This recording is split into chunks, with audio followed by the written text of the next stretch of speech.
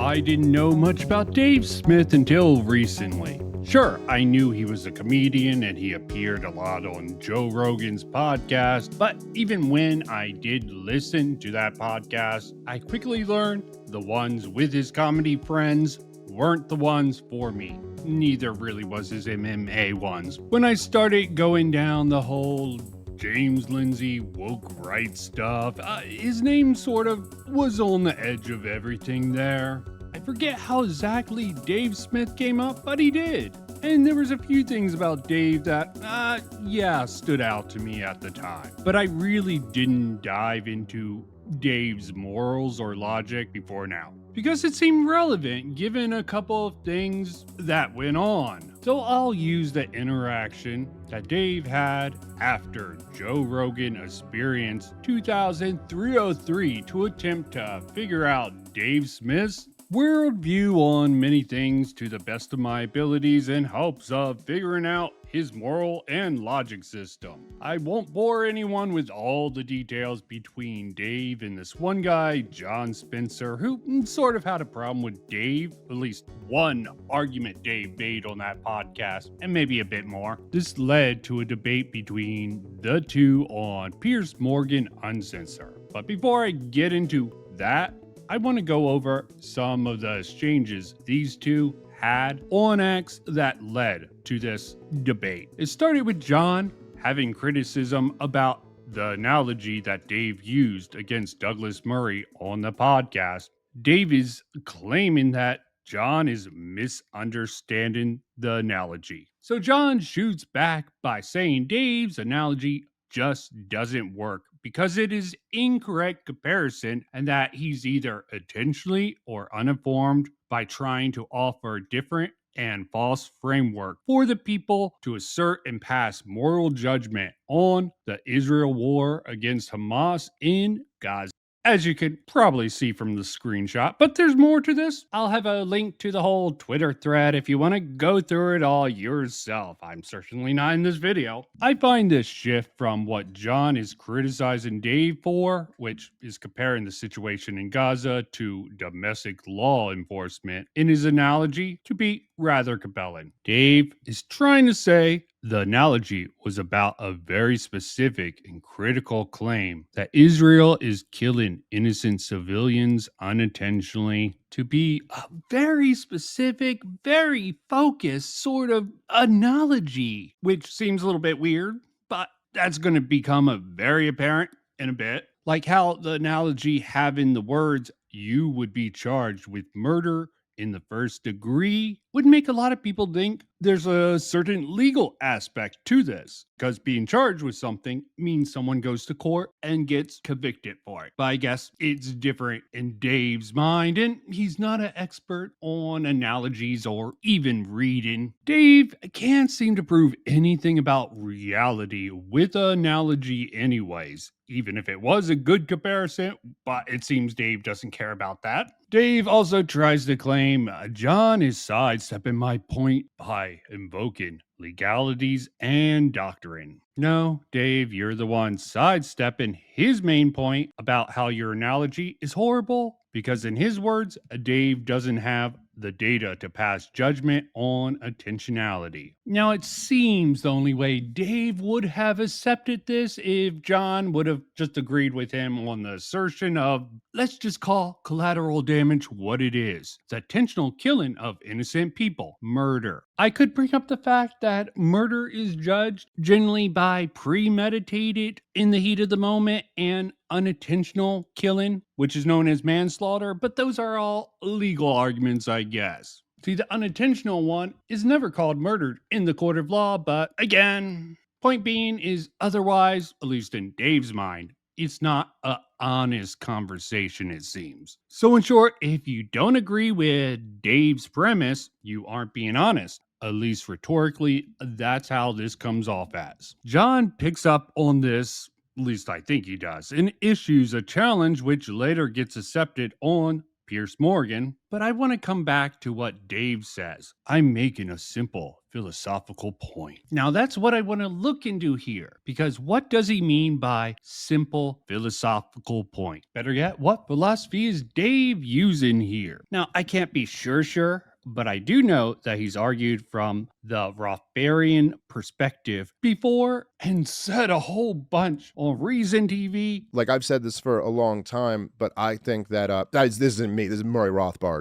So I'm not trying to take credit for coming up with this. Hell, even against Rob Schneider in this aftermath brings it up again. People should read more Rothbard. So let's learn a little bit like that, or at least try to understand what he means by that. Oh, and certainly don't go to Wikipedia about Rothbard. I'm pretty sure in my research and trying to find that out, I've heard mainstream sources were full of lies and slanders about Rothbard. Don't know if that's true or not. Lucky for me, Reason did a talk with Dave a while ago, and after that, they sort of brought in someone else to give their thoughts on the particular things Dave sort of went over there. Believer in the Rothbardian kind of populist idea and look, I think you see this with Javier Milei, right? This is the way it can be done. This is the way to do it, is to tap into this kind of populist streak, particularly at a time when the elites have so mismanaged everything, and kind of talk to people about how they're being ripped off. There's something elite about this attempt as well, or at least not elite. It's a temptation that intellectuals and people who work in the knowledge class always are tempted by, which is that if I can just harness this populist feeling out there, I'm going to produce my intellectual ideological outcome. You see this with Murray Rothbard and Lou Rockwell in the early 1990s with the Rockwell-Rothbard report. They were talking about Senator Joe McCarthy, Tail Gunner Joe, as being a role model. They were saying nice things about David Duke. They cozied up to Pat Buchanan at the time as a kind of predictive element of where a segment of the population was going to go as a sort of John the Baptist figures for Donald Trump. They were onto something, absolutely. And they were onto something much more than I certainly expected. There's also this video on Misa Media, which is the YouTube channel that the Misa Caucus does online stuff with. I'm hoping Dave would approve of. I mean, it's a little bit old. I'm pretty sure the Misa Caucus has had a change in perspective since this video was actually recorded. But in any case, I think this particular video about Rothbard will play a factor on this particular topic here and maybe give us some understanding of Dave Smith's philosophy. Rothbard here followed the work of A.J.P. Taylor, Origins of the Second World War, that came out in 1961, in saying that World War II had largely come about by improvisation. It wasn't a deliberately planned event. And another book that very strongly influenced him was one by the American economist, Germany's Economic Preparations for War, I think came out in 1959, which argued that Germany had not built up an extremely large armament, contrary to the propaganda of Winston Churchill, but in fact, they were just they just had enough armaments for very quick campaigns, as in the ones against Poland. So Rothbard did not accept the usual view, which is the prevailing view today, that Hitler was deliberately aiming at a world war. Then on American entry into the war, he again followed the views of another book by Charles Tansel, which is Backdoor to War, which came out in 1952. And what Tansel argued was that Roosevelt wanted to enter the European war that began, as I say, in September 1939, but he realized that the American people wouldn't support such a move because America had bad experiences of World War I. So to get into the war, Roosevelt followed a deliberately provocative policy toward Japan, knowing that if he did that and was able to get the Japanese to attack the U.S., then the Axis powers would come in on Japan's side. And that's indeed what happened. So in conclusion, Rothbard felt that by examining the historical evidence on World War I and World War II, it was clear that the mythologies that had supported America's participation in both wars were not correct and insubstantial. We found that there was a support for his libertarian view that war is to be avoided at nearly all costs. Mind you, I'm doing all this in an attempt to best understand where Dave is getting his moral foundations from and highlighted it for any audience who might actually watch this video. And actually putting the keyword in, there was only one video that I could find. I'm sure he's talked about it other places. I found a little bit here and there, but from an outside perspective, this is interesting to me here. But the problem is to me, those debates are very important. Dave Smith has 500,000 followers and a significant amount of influence, and is seen by many as the spokesperson for the ideas that have governed my life for 2 decades. I think he's dangerous to those ideas. I think he's dead wrong. And I think if he ever agrees to debate me, I'll show that his entire philosophy is built on a house of cards, because he makes moral proclamations, but he's never once that I've seen defended his moral foundation. So I think it's I didn't know there was a moral foundation to his well, libertarianism. there's probably isn't. I don't want to get too much into the weeds, but there is, but I don't think he even understands it, and it's wrong. Take that last one with a grain of salt, because I doubt it is a Dave Smith approved source. And he's probably taking him out of context or something else. There's also something about Ron Paul within his philosophy. He cites Ron Paul Revolution as his start. Not sure how that really comes into play on his sort of perspective or philosophy. I mean, hell, even Rothbard seems like an unlikely and weak basis for having a philosophical point. Now let's sort of get into the debate between these two on Piers Morgan. Not gonna go over the whole thing, but there's a couple of points that I want to focus on for this. Like this stupid analogy based on a false comparison, having to bring up a viral tweet for some reason, rah. This is popular, I guess. So I'm right under the rules of populism of a very Rothbarian focused point. Maybe the truth of it doesn't seem to play a factor here, just the variety of it. And the fact it's popular, and maybe many people believe in this because it got a lot of likes, or who the fuck knows. If you don't actually go, how can you really know what you're talking about? And John's kind of inferring that as well. What do you say to that? No, Piers, I'm not inferring that you have to go there. I'm saying, what research methodology are you using? If you're not doing interviews of people involved in the actions, if you're not collecting data in a certain way, which you can get from going there, you can do ethnographic research by interviewing the people involved in the execution.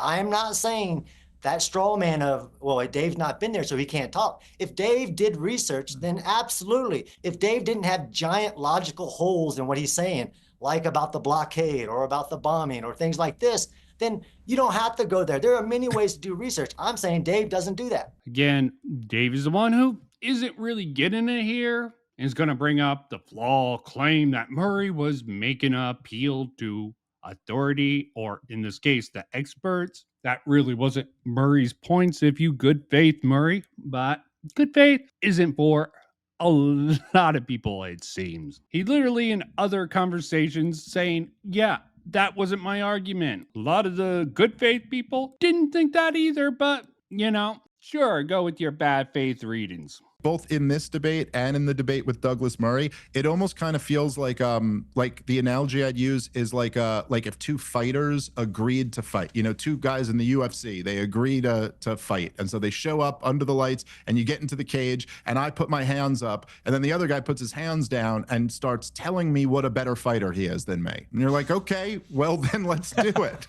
I don't know, let's have the conversation. Like Dave's whole let's have the conversation seems rather hollow with all his analogies, and by making claims that he doesn't even really have the facts to make an argument to support it here, because he's going off of the bad faith interpretation of Murray's argument. It seems like in these things we do everything except actually debate the issue. You missed my entire point. Once you're appealing to the law or appealing to how warfare actually works, you're missing the entire point that I was making. My point is that this is not how the law works, and this is not how war actually works. I'm making a much more basic human point, a fundamental point. Look, after that, Dave tries to get his fundamental point. He pivots to something like hearsay that they don't have to believe, but there's just so many stories like this. Point. Look, Pierce, the other day, okay, this is, and by the way, if you don't want to believe this story, it's fine. It's just one firsthand account from Gaza. But whether it's true or not, and there's no reason to suspect it's not true, but whether it's true or not, there's just been hundreds and hundreds, if not thousands of examples like this. My question is, who is this from? If there's so many stories like this, where are you getting these stories from? And why does he believe them? Because there's so many of them? That seems like very flawed logic. I would like a little bit more reasoning, like a credible source, but he uses all this to paint this as true. But Dave should really know why some people really wouldn't believe these stories to be true when so many other things seem to be not factually based in truth, at least from the way it's being presented. Not that these stories are shown to be untrue. It just seems like other things Dave believes don't seem to be true. And I gotta be honest, I don't know what the truth is. Hard in a post-truth society. This is why I have the mindset of what is most likely to be true based on what we know to be factually correct. But that's just my philosophy there. If you're going to say that our goal here is to degrade Hamas, Murray conceded you probably can't eliminate them, but he feels like you can degrade them. If you're going to degrade Hamas and the cost of it is those little children dying under rubble, screaming for their mother as their bones are crushed and no one's coming to help them, then fine. But at least say that you find that price acceptable. And then we could. And again, I don't understand how Douglas Murray was running away from this. It was clear Murray thought Smith was full of BS and didn't know what he was talking about overall. That's not running away. That's taking the person you're talking to as a comedian and not a serious critic or a source of factual information. I mean, Murray was over there and presumably talked to the people directly. And even though this is an assumption, I'm assuming he's seen some things actually go down with his own eyes. Why would he take Dave Smith, comedian and podcaster, third-hand account seriously, especially when he went into Joe Rogan's podcast to talk about his new book, but, you know, it was set with a condition to debate Dave Smith. A lot of people talked about his article in the New York Times. There was quite a few people talking about Douglas Murray's op-ed in the New York Post. 2 weeks ago, Rogan had his mate Dave Smith on again for a long podcast. But for my return to the show, the deal was that I could only come if Dave Smith once again in the studio. There was a point in the so-called debate with Smith where Murray said just as much, and Smith didn't argue against that. And it seemed like Smith wanted a debate on his terms, as it seems he does the same with John. Also, I find it funny that comedian Dave Smith also used appeal to expertise here. But the expertise that he's sort of going off of is the opinion, who supports Dave's perspective, with the example that Piers Morgan cut John off from rebutting off with talking about World War II dropping bombs off on Hiroshima, I guess. And Dave uses this as a setup to make his impossible standards that he sets for war all about how it might cause the suffering of children. Even if five-star General Eisenhower is wrong about that, and the other generals who supported it were right, this is exactly the point, Pierce, is that when you start to think about war for what it actually is, what the overwhelming onus becomes clear. And the onus is on you to demonstrate that we absolutely have to do this. That the standard for war, when you're talking about intentionally killing innocent civilians, the standard ought to be, the burden should always be on you to demonstrate that we absolutely have to do this. I know this is horrible. I know what the result of this is, but that we have to do this because so much more human suffering would come from us not doing this. And I really don't know how Dave's going to deny that this is not an appeal to emotion, despite all the emotional language that he uses to describe children in such pain. Even at one point, talking about his kids and the fact that, hey, Pierce, you have a child. If you're going to say that our goal here is to degrade Hamas, Murray conceded you probably can't eliminate them, but he feels like you can degrade them. If you're going to degrade Hamas and the cost of it is those little children dying under rubble, screaming for their mother as their bones are crushed and no one's coming to help them, then fine. But at least say that you find that price acceptable. And then we could have... Think about your children in this situation. How's that not an emotional argument? So John highlights how much Dave doesn't know about the war much better than Murray does, in my honest opinion. At one point, it seems Smith is going to deny this is his position, but John brings up that Dave said on his Lex Freeman interview and follow that up with the fact that Hamas started the war, and that all the things Dave doesn't want to include in his argument is needed to understand how wars work.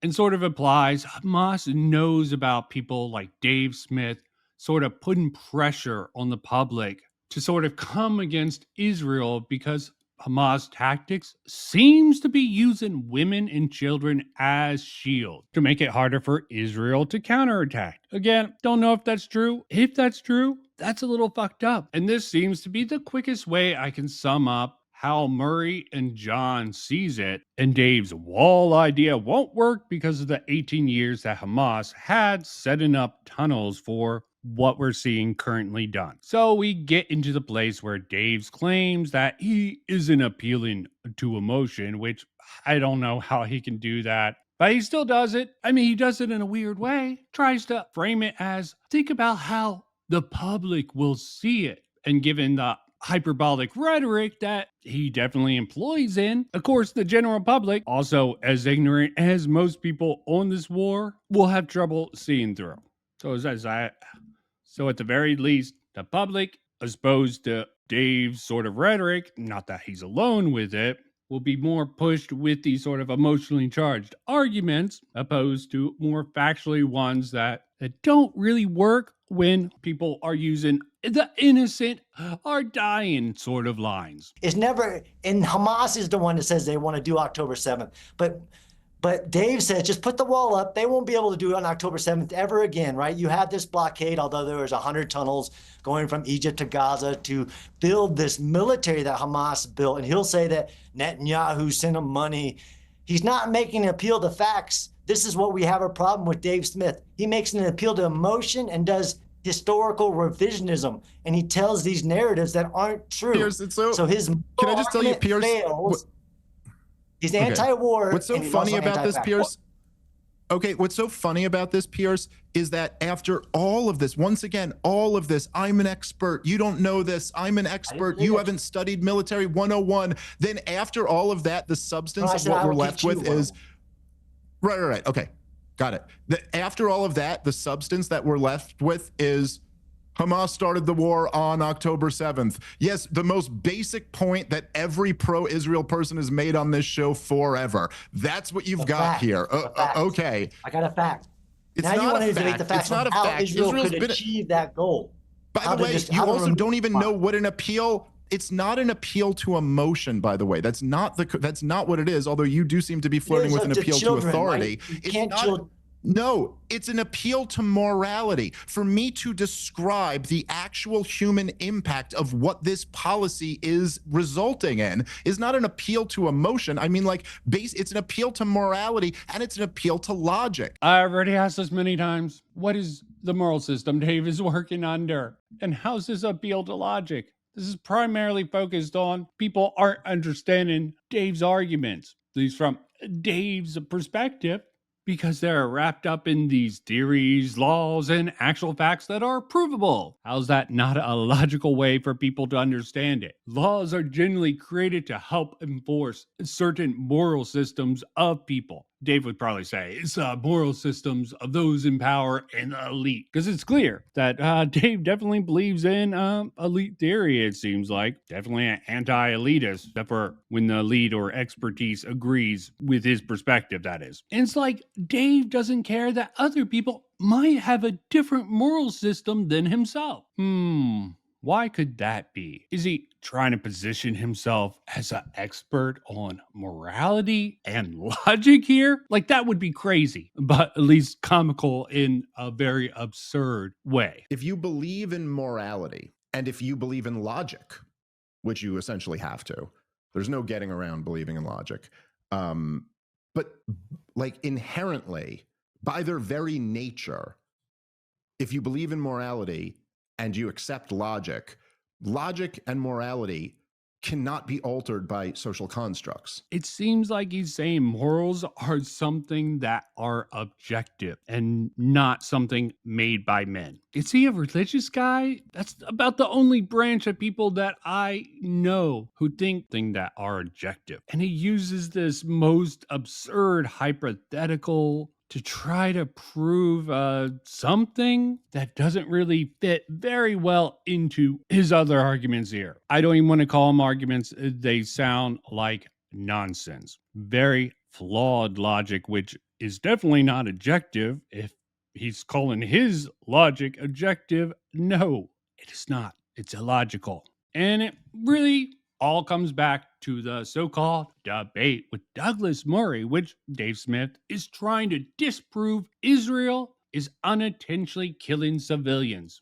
With that kind of in mind as the backdrop, what I had said on Joe Rogan's podcast, and by the way, people who listen to the show know I've been saying this stuff for years. It's just I happen to say it on a big platform and a big debate. It was specifically arguing with Douglas Murray over the term intentional, because he said Israel is unintentionally killing civilians. And I was like, no, that's bullshit. That's his framing of this. So he goes back to his analogy, which is a construct, not a social one, but constructed by him, Dave Smith. Okay, let's actually embrace his stupid analogy for once, but try to alter it to be more reflective of the reality that both Douglas and John are sort of presenting within this sort of context. Let's go with a group of mad bombers situation. So the group of mad bombers go into town, kill a lot of people, take some hostage, take them back with them to a mansion with a ton of their relatives living there. And they have decked out this mansion with many hidden areas and exits that probably go through the sewers so they can get to other sides of town. Police or trained militia or whatever group that comes to try to get these hostages back and arrest these mad bombers come in, but they also have bombs set up around the town and can detonate them maybe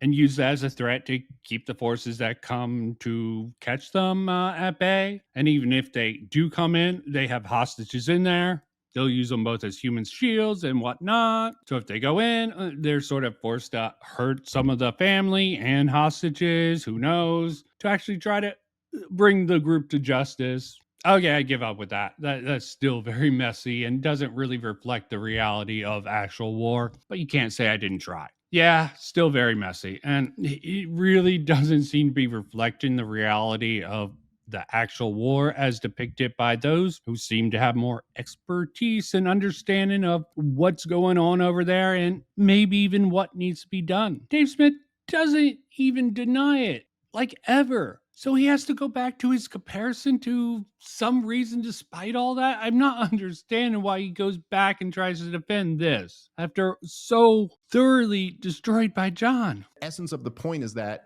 the concept of intentionality doesn't change because a government's doing it and because it's being done in another country. Now, if you want to attempt to justify the policy, okay, but you don't get to say that the laws of logic and the laws of morals don't apply anymore. But it's your logic, Dave, that they don't agree with. And they've given the reasons why they don't agree with you in way too much detail. But Dave just doesn't get it. He doesn't get it. Maybe he's dumb. I don't know why he did this. I hope he really gives up on this.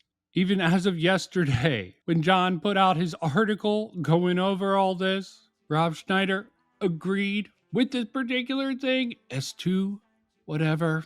And let me get back in with Dave's morals, which he still never explains where he gets those from. And I can only assume, because I can find him directly saying that it comes from his sort of libertarian perspective, which seems to be very focused on Murray Rothbard in particular. And I have to break it to anyone who agrees with Dave, but you don't get to decide what reality is. Or when I was debating this guy on Piers Morgan yesterday, he just kept responding to this with, but you don't understand international law. You don't understand the laws of war. You don't understand. And it's like, no.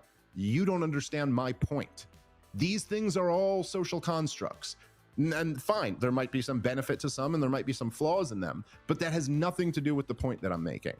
This is a fundamental reality. Even after all of that, it's really hard to tell for sure what his morals or logic he's working under are. But I'm a believer that actions speak louder than words. Given his involvement with the Mises Caucus, who did a takeover of the Libertarian Party a couple years ago, and that he's supportive of it, that he believes that he is in the right and that the ends justify the means. And he's definitely willing to gatekeep things like what a libertarian is, despite the Mises Caucus, his philosophy, it seems, coming in and flipping the script, kicking the original people in and gatekeeping them out. But that's just how it seems to me, looking at it logically. But it's generally hard to tell this with anarcho-capitalists at large. Frankly, I looked into this sort of philosophy and no rules, seems like complete and utter chaos. Bare minimum,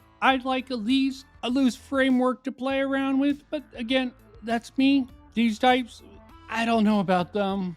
I don't know if they just don't like playing by the rules. They think the rules are unfair, set up by people who are unfair, which I can see that. But when you're in one-to-one conversations, you can set up the rules. But to be fair to Dave, no one tries to get into this underlining thing about his rules at the end of the day. Maybe it's a faux pas, maybe it's a mistake. I don't fucking know. That's probably, I think, what someone who goes back at Dave Smith on anything should establish before they go around with this. Normally, I wouldn't say it needs to be done, but for Dave Smith, I think that's a must. You're talking about from this perspective, okay, why do you have that impression? Because of all this? I don't know. Because there's really just not enough there to really say for sure. But frankly, I think his actions in this, at the very least, shows that he's the type of guy who doesn't like the rules being used against him. But he has no problem with trying to get other people to play the game by his rules. In other words,